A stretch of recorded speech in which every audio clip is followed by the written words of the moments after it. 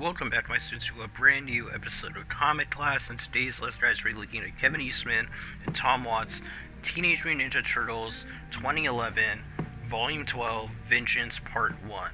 And yeah, it's been a while since I've done a TMNT video, especially a TMNT 2011 video. We are definitely still doing the retrospective of the entire TMNT 2011 run from Volume 1 to Volume 23.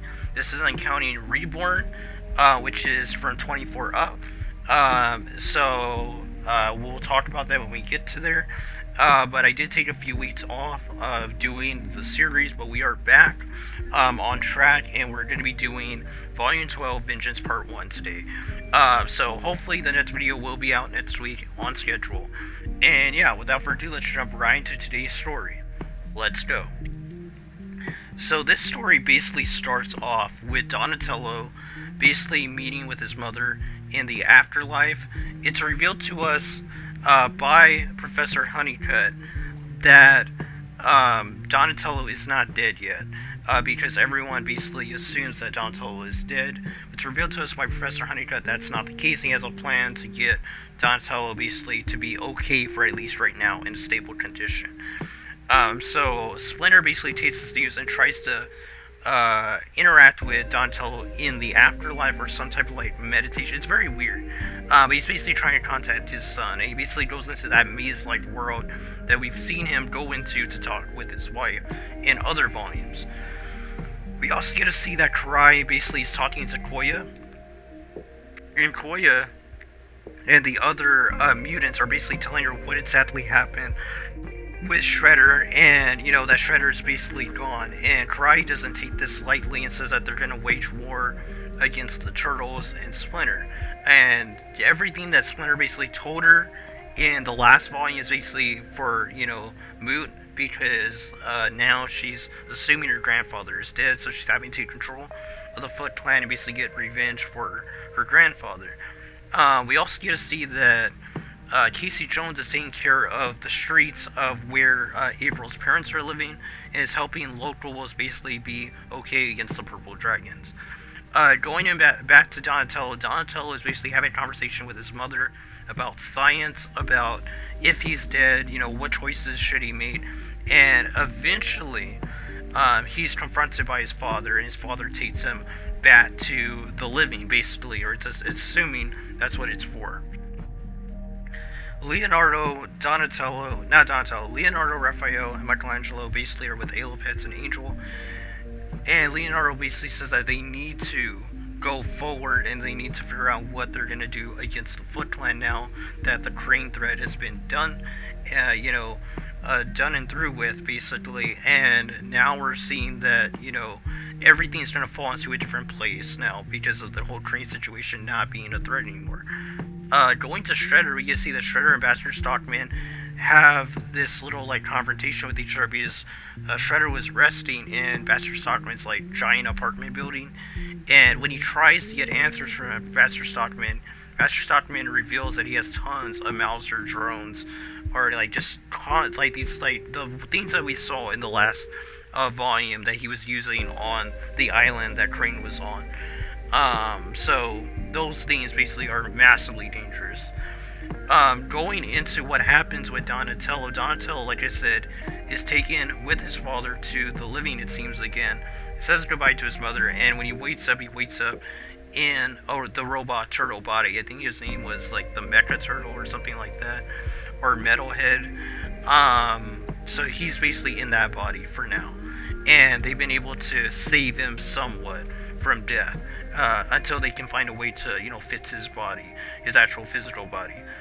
So this is a really cool development, and it seems like hopefully it won't last for too long, maybe the next volume or so, and then they'll get Donatello's back at the end of the next volume, I'm guessing. But yeah, really cool scene, and we can see Splinter's ideas of what exactly is happening. Raphael basically has a conversation with Alopets about Donatello's condition, that he finds it very hard to see Donatello like that.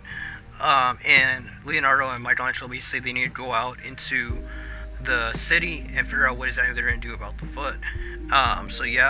We also get to see that Casey has an interaction with his father, and he basically tells him that the Shredder is basically dead, and Casey basically wants his father to basically get out of there. When Angel shows up, he basically does, and he'll come back in a little bit, but we get to see that, that Hun basically is realizing the situation of how much everything has changed because of the defeat of Shredder, at least at this point.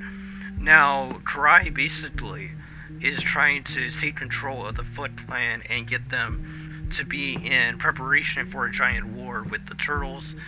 And while that's going on, we get to see that Honeycutt is explaining to Donatello about certain things he might be feeling, certain emotions he might be feeling that don't make sense because he's in a robot body, but his soul, or his mind, is in this robot body. So he's having things like feeling like he's hungry and stuff that don't make any sense. And this stuff that Honeycutt says that he actually had, and that they still don't understand the technology of putting a person's mind into a robot body and stuff like that. Also, we get to see that the guy that was helping April in the last volume basically gets killed by one of the ninjas that works with the Foot, it seems. And this is after we get to learn that he basically was trying to help April learn about the history of where Shredder and the Turtles and Splinter basically, came from, and that there's a whole legacy that seems it's going to get revealed in the next few volumes. So that's really cool. There's way more lore to be revealed in the next few volumes, it seems. Ambassador Stockman, after he gets Shredder into like a business suit and stuff like that, shows him his giant factory full of flyboards or like Mausers. I don't know what they are. It's like tons of different machines. So it seems like they're going to play a big part in the war against the Turtles. Going back to Casey and the family, they basically are having dinner. They're going to have dinner. They look outside and see that Hun has brought a ton of purple dragons into the neighborhood, hell-bent to basically destroy what Casey is considering his home now. So they're going to get into a confrontation. We get to see that Splinter basically is having a dialogue into himself, basically thinking about his choices and his sacrifices and the people that got hurt because of his choices. I thought that was really cool. And him just caring for Donatello was really nice too.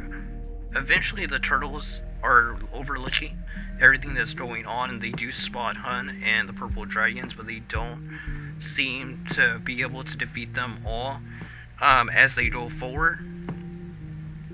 But they do try to put some action into there, and this is Leo basically not thinking and just going for a fight.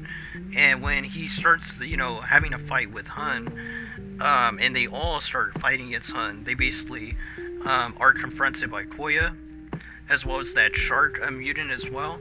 And they're all basically getting into a giant brawl until Donatello shows up and basically gets him and his brothers out of there so that they don't take a massive loss to the overwhelming forces that are coming to the battlefield in the street. So he basically gets them out of there. Yeah, they kind of understand the new dynamic right now, as their brother is basically a robot, is not able to fight the way that he used to. So they're having to deal with that. We get to see that Casey Jones does have a fight with Hun and his people, and all the people in the neighborhood, like April's dad, as well as the shop owner that has a family. Basically, the one that Casey was protecting earlier in the volume goes out to fight as well with his own weapon that he has. And they basically all fight. Casey, April's dad basically throws like a toaster and stuff like that. And Angel shows up with her battle suit that Harold made. Elipet shows up to fight as well. It's just a really cool scene, as we're seeing all the people in this neighborhood basically look outside and see that, the people like the shop owner are fighting. And they want to go help them out because they know he's a good guy just trying to protect his neighborhood. So eventually Hun basically realizes that he's has this huge army of people just coming out, and Casey basically gets into a fight with his father. And eventually the fight gets so crazy that Hun basically loses, it seems, and they get them to back off the purple dragons. But Hun basically tells Casey that they're both the same and that they still use violence to solve their issues. And eventually the police show up and they take Hun into custody. So we'll see what exactly his fate's going to be in the next volume. I'm guessing the Foot are either going to break him out, he's going to break himself out, or they're going to pay his bail or something like that. But I thought this was a really cool development that the police were actually involved in this volume. And in the series in general, you don't really see that in most TMNT stories, it seems.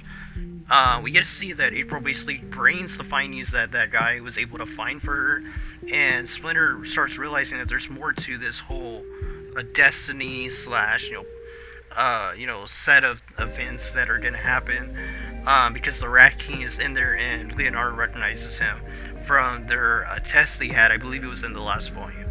So it seems like the Rat King is going to play a massive role, as well as that girl that's with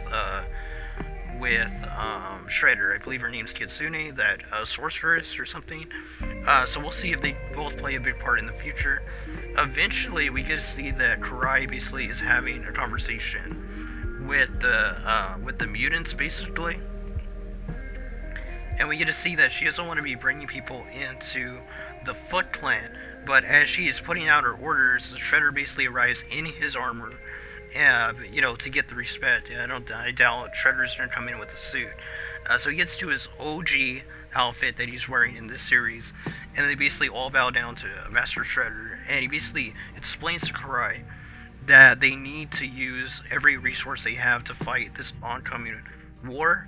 And whenever Karai basically says if it's honorable in what Bastard Stockman is going to be doing with the Foot Clan, the Shredder basically explains that this is about vengeance, and they're going to use any means necessary to basically win this war against the Turtles and Splinter. And Bastard Stockman basically puts on this device on his head that lets him control all these Mauser type drones and stuff.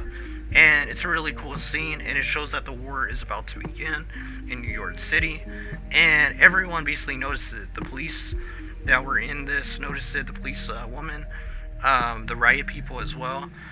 So I'm guessing maybe Hun will get freed from the truck in the next volume, but we'll see. Ayla Pets and Angel notice it. We get to see that Casey, as well as April and her parents, notice it as well, it seems, or at least they're about to notice it.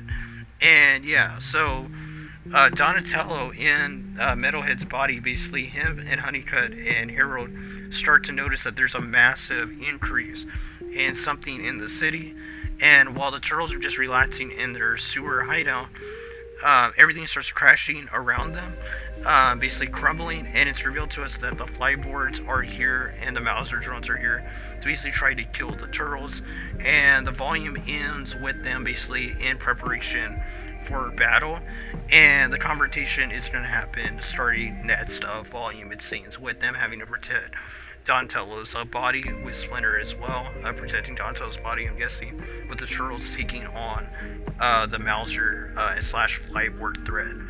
And yeah, that was Kevin Eastman and Tom Watts' Teenage Mutant Ninja Turtles 2011 Volume 12 Vengeance Part 1.